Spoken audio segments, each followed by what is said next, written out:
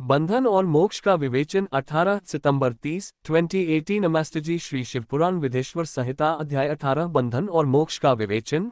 शिव पूजा का उपदेश, लिंग आदि में शिव पूजन का विधान, भस्म के स्वरूप का निरूपण और महत्व, शिव एवं गुरु शब्द की व्युत्पत्ति तथा शिव के भस्मधारण का रहस्य। ऋषि बोले, सर्वज्ञों में श्रेष्ठ सूत जी, बंधन और मोक्ष का स्वरूप क्या है, ये हमें बताइए। सूत जी ने कहा, महर्षियों, मैं बंधन और मोक्ष का स्वरूप तथा मोक्ष के उपाय का वर्णन करूंगा। तुम लोग आदरपूर्वक सुनो। जो प्रकृति आदि 8 बंधनों से बंधा हुआ है वह जीव बद्ध कहलाता है, और जो उन 8 बंधनों से छुटा हुआ है उसे मुक्त कहते हैं। प्रकृति आदि को वश में कर लेना मोक्ष कहलाता है। बंधन आगंतुक है और मोक्ष स्वत सिद्ध है। बद्ध जीव जब बंधन से मुक्त हो जाता है तब उसे मुक्त जीव कहते हैं। प्रकृति, बुद्धि, महत्तत्व, त्रिगुणात्मक अहंकार और 5 तन्मात्राएं, इन्हें ज्ञानी पुरुष प्रकृत्याध्यष्टिक मानते हैं। प्रकृति आदि 8 तत्वों के समूह से देह की उत्पत्ति हुई है। देह से कर्म उत्पन्न होता है और फिर कर्म से नूतन देह की उत्पत्ति होती है। इस प्रकार बारंबार जन्म और कर्म होते रहते हैं। शरीर को स्थूल, सूक्ष्म और कारण के भेद से 3 प्रकार का जानना चाहिए। स्थूल शरीर जागृत अवस्था में व्यापार कराने वाला, सूक्ष्म शरीर जागृत और स्वप्न अवस्थाओं में इंद्रिय भोग प्रदान करने वाला तथा कारण शरीर सुषुप्तावस्था में आत्मानंद की अनुभूति कराने वाला कहा गया है। जीव को उसके प्रारब्ध कर्मानुसार सुख दुख प्राप्त होते हैं। वह अपने पुण्य कर्मों के फलस्वरूप सुख और पाप कर्मों के फलस्वरूप दुख का उपभोग करता है। अतः कर्मपाश से बंधा हुआ जीव अपने त्रिविध शरीर से होने वाले शुभाशुभ कर्मों द्वारा सदा चक्र की भांति बारंबार घुमाया जाता है। इस चक्रवत भ्रमण की निवृत्ति के लिए चक्रकर्ता का स्तवन एवं आराधन करना चाहिए। प्रकृति आदि जो 8 पाश बतलाए गए हैं उनका समुदाय ही महाचक्र है, और जो प्रकृति से परे है वह परमात्मा शिव है। भगवान महेश्वर ही प्रकृति आदि महाचक्र के कर्ता हैं, क्योंकि वे प्रकृति से परे हैं। जैसे बकायन नामक वृक्ष का छाला जल को पीता और उगलता है, उसी प्रकार शिव प्रकृति आदि को अपने वश में करके उस पर शासन करते हैं।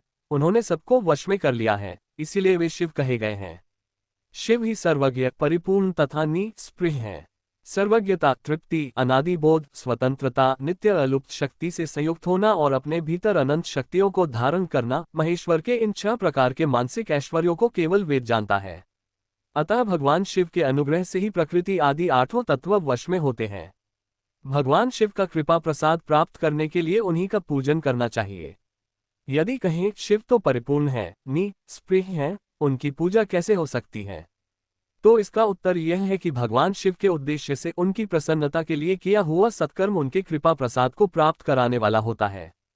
शिवलिंग में, शिव की प्रतिमा में तथा शिव भक्त जनों में शिव की भावना करके उनकी प्रसन्नता के लिए पूजा करनी चाहिए। वह पूजन शरीर से, मन से, वाणी से और धन से भी किया जा सकता है।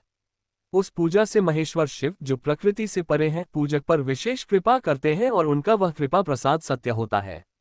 शिव की कृपा से कर्म आदि सभी बंधन अपने वश में हो जाते हैं। कर्म से लेकर प्रकृति पर्यंत सब कुछ जब वश में हो जाता है तब वह जीव मुक्त कहलाता है और स्वात्माराम रूप से विराजमान होता। परमेश्वर शिव की कृपा से जब कर्म जनित शरीर अपने वश में हो जाता है तब भगवान शिव के लोक में निवास का सौभाग्य प्राप्त होता है। इसी को सालोक्य मुक्ति कहते हैं। जब तन्मात्राएं वश में हो जाती हैं तब जीव जगदम्बा सहित शिव का सामीप्य प्राप्त कर लेता है। ये सामीप्य मुक्ति है। उसके आयुध आदि और क्रिया आदि सब कुछ भगवान शिव के समान हो जाते हैं। भगवान का महाप्रसाद प्राप्त होने पर बुद्धि भी वश में हो जाती है। बुद्धि प्रकृति का कार्य है, उसका वश में होना सार्ष्टि मुक्ति कहा गया है। पुनः भगवान का महान अनुग्रह प्राप्त होने पर प्रकृति वश में हो जाएगी। उस समय भगवान शिव का मानसिक ऐश्वर्य बिना यत्न के ही प्राप्त हो जाएगा। सर्वज्ञता और तृप्ति आदि जो शिव के ऐश्वर्य है, उन्हें पाकर मुक्त पुरुष अपने आत्मा में ही विराजमान होता है। वेद और शास्त्रों में विश्वास रखने वाले विद्वान पुरुष इसी को सायुज्य मुक्ति कहते हैं। इस प्रकार लिंग आदि में शिव की पूजा करने से क्रमशः मुक्ति स्वत प्राप्त हो जाती है। इसलिए शिव का कृपा प्रसाद प्राप्त करने के लिए तत्संबंधी क्रिया आदि के द्वारा उन्हीं का पूजन करना चाहिए। शिव क्रिया, शिव तप, शिव मंत्र जप, शिव ज्ञान और शिव ध्यान के लिए सदा उत्तरोत्तर अभ्यास बढ़ाना चाहिए। प्रतिदिन प्रातः काल से रात को सोते समय तक और जन्मकाल से लेकर मृत्यु पर्यंत सारा समय भगवान शिव के चिंतन में ही बिताना चाहिए। सद्योजत आदि मंत्रों तथा नाना प्रकार के पुण्यों से जो शिव की पूजा करता है वह शिव को ही प्राप्त होगा। ऋषि बोले, उत्तम व्रत का पालन करने वाले सूत जी, लिंग आदि में शिवजी की पूजा का विधान है, ये हमें बताइए। सूत जी ने कहा, द्विजो, मैं लिंगों के क्रम का यथावत वर्णन कर रहा हूं, तुम सब लोग सुनो। वह प्रणव ही समस्त अभीष्ट वस्तुओं को देने वाला प्रथम लिंग है। उसे सूक्ष्म प्रणवरूप समझो। सूक्ष्म लिंग निष्कल होता है और स्थूल लिंग सकल। पंचाक्षर मंत्र को ही स्थूल लिंग कहते हैं। उन दोनों प्रकार के लिंगों का पूजन तप कहलाता है। वे दोनों ही लिंग साक्षात मोक्ष देने वाले हैं। पौरुष लिंग और प्रकृति लिंग के रूप में बहुत से लिंग हैं। उन्हें भगवान शिव ही विस्तारपूर्वक बता सकते हैं, दूसरा कोई नहीं जानता। पृथ्वी के विकार भूत जो लिंग ज्ञात है, उनको मैं तुम्हें बता रहा हूं। उनमें स्वयंभूलिंग प्रथम है, दूसरा बिंदुलिंग, तीसरा प्रतिष्ठित लिंग, चौथा चरलिंग और पांचवा गुरुलिंग है। देवर्षियों की तपस्या से संतुष्ट हो उनके समीप प्रकट होने के लिए पृथ्वी के अंतर्गत बीजरूप से व्याप्त हुए भगवान शिव वृक्षों के अंकुर की भांति भूमि को भेद कर नादलिंग के रूप में व्यक्त हो जाते हैं। वे स्वत व्यक्त हुए शिव ही स्वयं प्रकट होने के कारण स्वयंभू नाम धारण करते हैं। ज्ञानी जन उन्हें स्वयंभूलिंग के रूप में जानते हैं। उस स्वयंभूलिंग की पूजा से उपासक का ज्ञान स्वयं ही बढ़ने लगता है।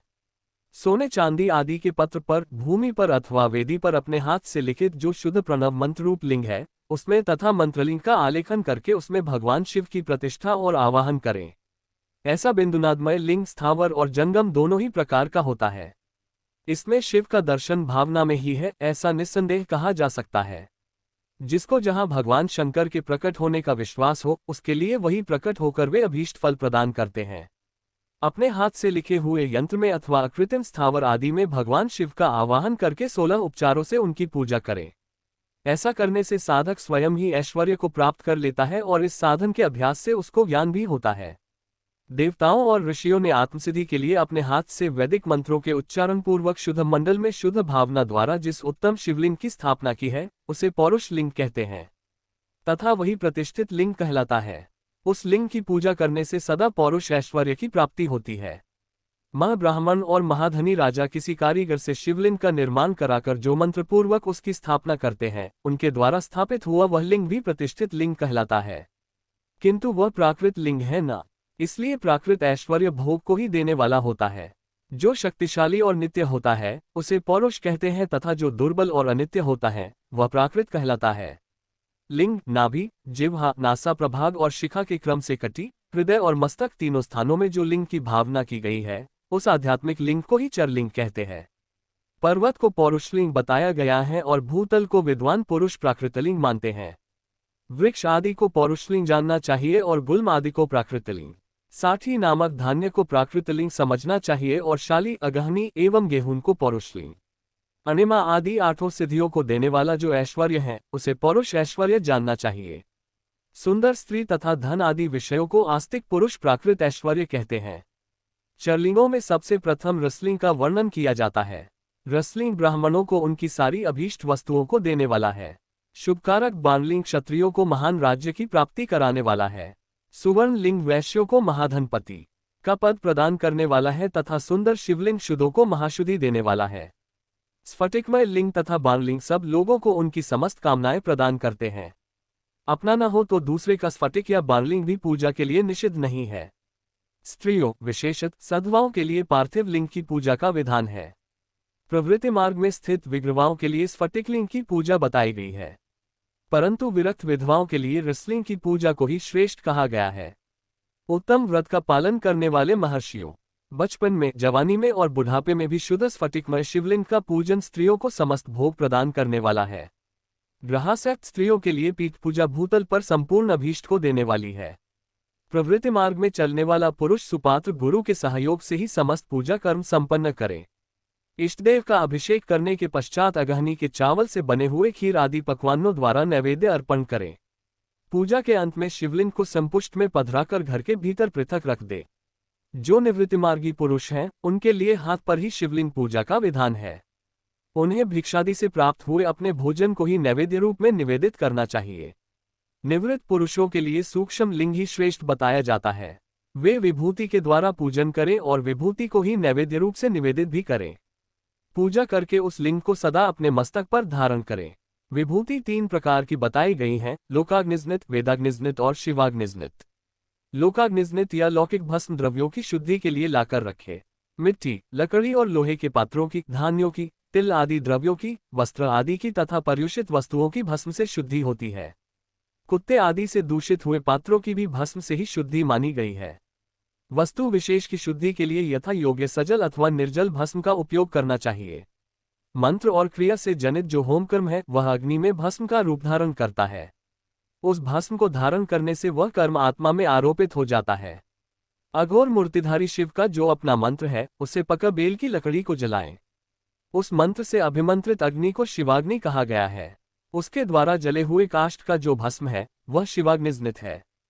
कपिला गाय के गोबर अथवा गाय मात्र के गोबर को तथा शमी, पीपल, पलाश, बड, अमलतास और बेर इनकी लकड़ियों की शिवाग्नि से जलाए। वह शुद्ध भस्म शिवाग्निजनित माना गया है। अथवा कुश की अग्नि में शिव मंत्र के उच्चारण पूर्वक काष्ठ को जलाए। फिर उस भस्म को कपड़े से अच्छी तरह छानकर नए घड़े में भरकर रख दे। उसे समय समय पर अपनी कांति या शोभा की वृद्धि के लिए धारण करे। ऐसा करने वाला पुरुष सम्मानित एवं पूजित होता है। पूर्व काल में भगवान शिव ने भस्म शब्द का ऐसा ही अर्थ प्रकट किया था।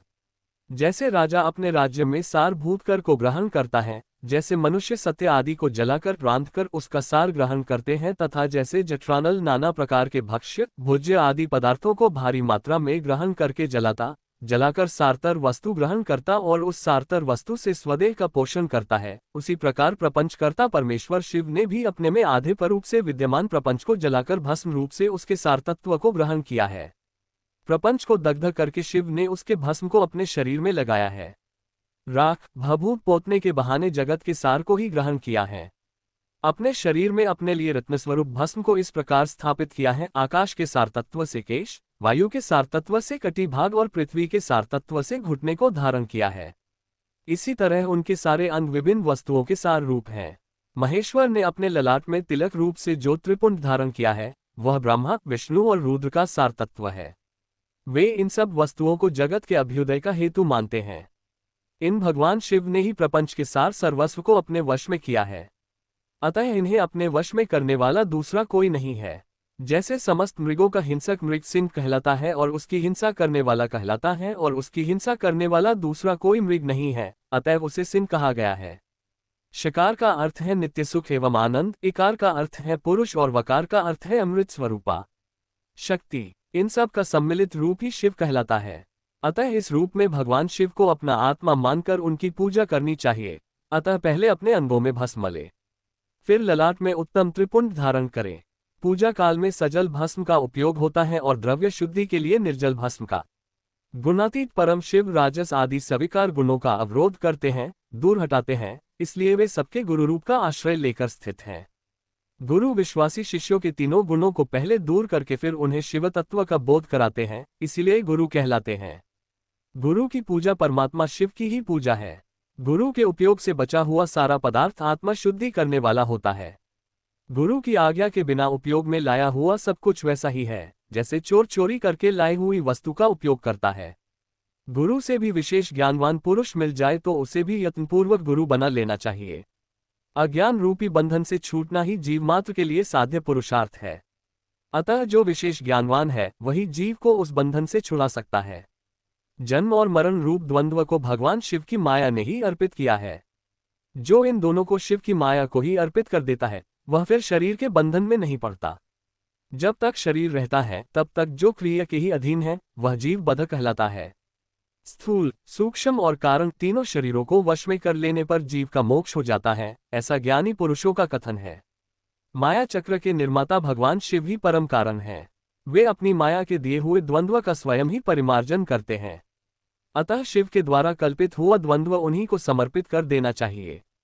जो शिव की पूजा में तत्पर हो वो मौन रहे, सत्य आदि गुणों से संयुक्त हो तथा क्रिया, जप, तप, ज्ञान और ध्यान में से एक एक का अनुष्ठान करता रहे।